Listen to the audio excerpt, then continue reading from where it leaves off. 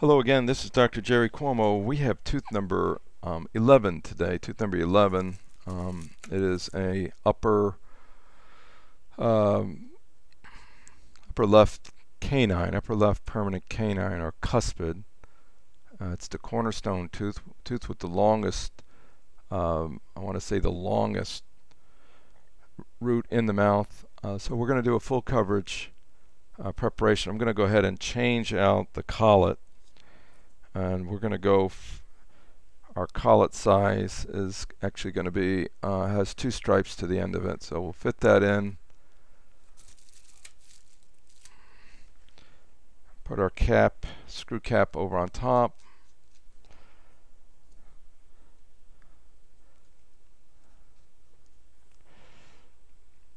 And I think I'm going to use a pair of gloves for this final tooth preparation. So I'm going to just tighten this up and then I'll slip my gloves on. Again, you're holding with this button here. It's a silver button, and just hand snug that up a little bit. Alright, let me just get a pair of gloves. This tooth,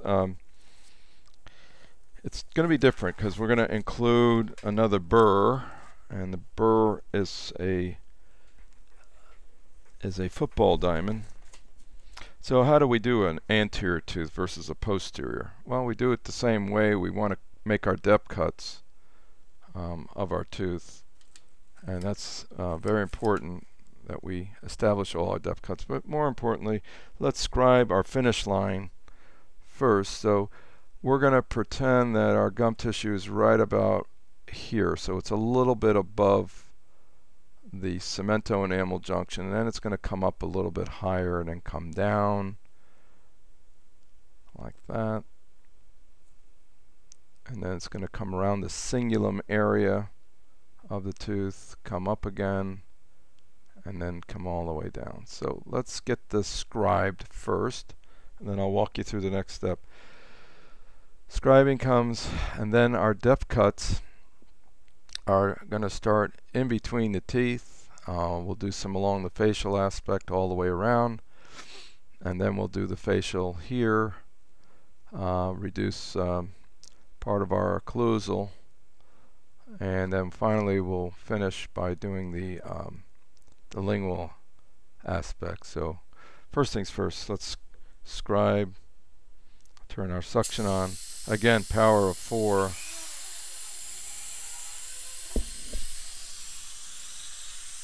I'm going to go ahead and scribe the margins. And the way I do it, I'm just literally turning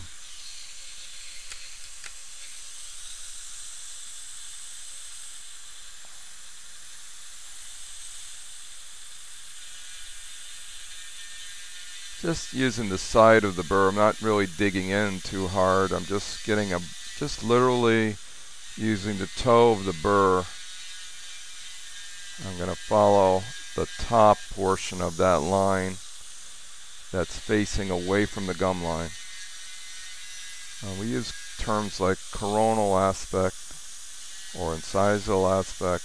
You know, if it's below the line, it could be toward the gum line, or gingivally, or it could be something called cervical line. And the other way we can describe it as apically, toward the apex of the tooth. Alright, so there's my line. It's all scribed. Now, first thing I want to do is I want to go ahead and place some depth cuts in here. So I can place them anywhere at this point. To start at the scribe line, go about half the depth of the burr.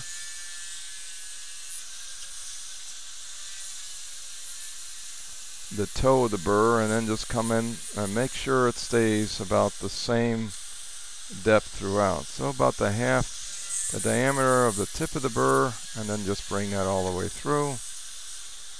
We could do another nice depth cut right here. I'm staying parallel with the long axis of the tooth. That's the key. So I'm going to go right next door to it. I'll place another depth cut and just lay it on top of where I scribed the line.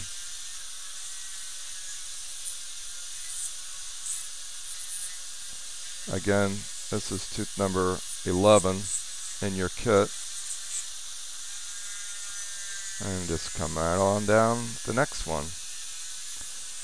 So you get used to this idea, so you have total control over the amount of reduction that you have to do. So you're never going to be shy of an area, and your lab's going to love you because you're going to have an even proportional thickness to your final restoration. Now I'm not cutting straight across on this next upcut because I'm getting near the interproximal area.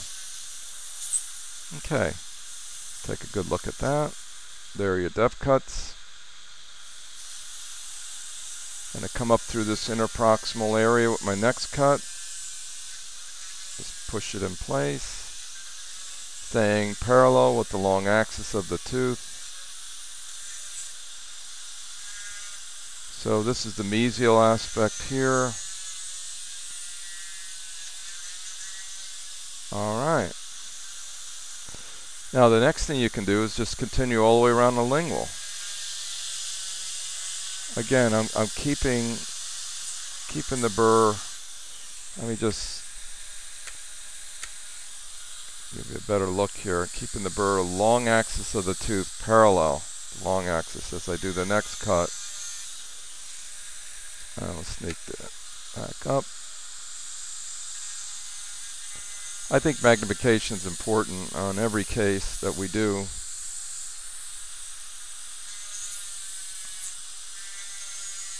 I use it for everything. I use it for examining the patient. They look along with video eyewear, so they're seeing the exact same level of magnification as I am because everything is connected. Alright, well, we did such a nice job all the way around, so let's start connecting the dots, shall we? Okay. So I'm going to just use a palm thumb with that.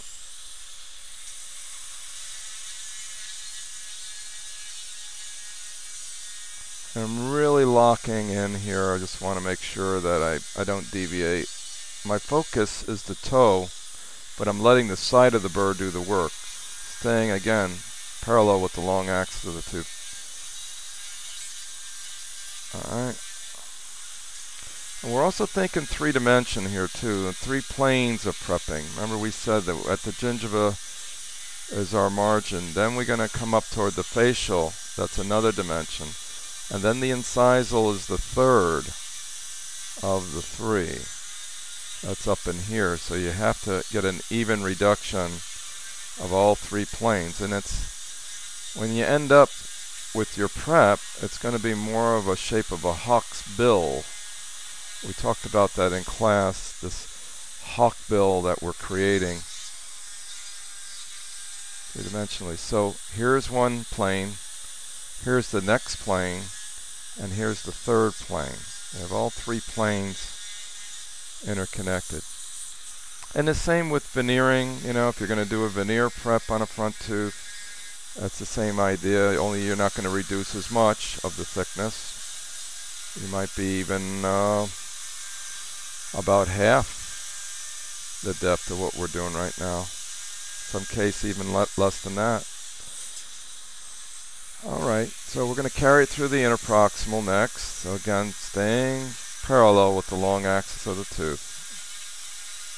And we're also not going straight across. We're following the gingiva. We're actually following the normal contours of what we call the papilla. That's that piece of tissue, that pink tissue that's in between the teeth. I'm now coming around to the lingual aspect of number 9, canine. Again,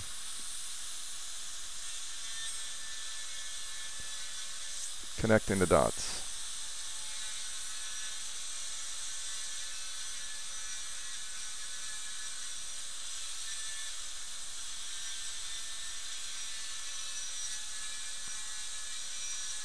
And I'm following my scribe margin. I've got a little bit more to go here, and just to connect the two.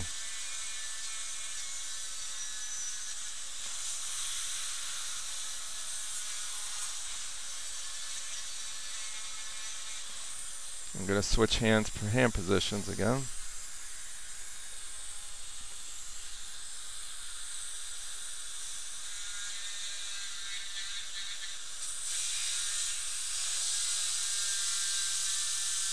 Again, with this burr, I like to just, that's about half. This burr, I go about down to the green marker with it. Okay. So now, if I look straight down at this tooth, I'm going to find out that, you know, it has a nice taper to it. The next step, and you can see the margin as well, and the uniformity of the sloping shoulder, you know, of the margin itself. The next step is I want to do my incisal reduction, how important it is to do that. And so I could have scribed the amount that I had to reduce in the beginning, and that could have been probably a better bet. But I think once you connect the lingual to the facial, you wouldn't have to worry about, you know, exactly where is it. The other thing you can do is compare it to the adjacent teeth. My next step is to do just a little bit more of incisal reduction. So I'm going to take the burr and go about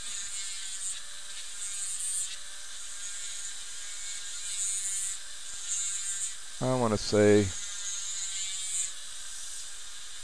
about the depth of the burr.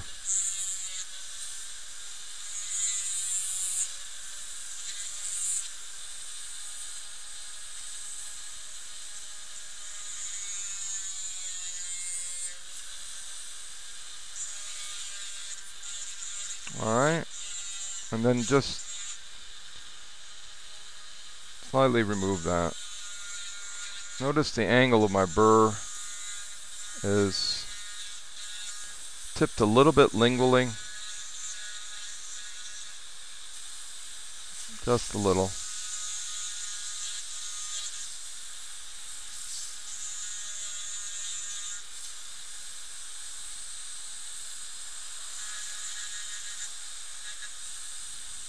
Incisal reduction is important, and I use a silicone index, which is another little device that you learn how to use.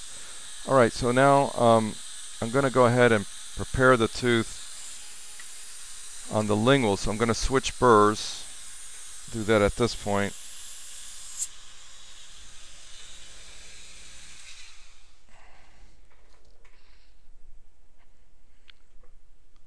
And I'll do that.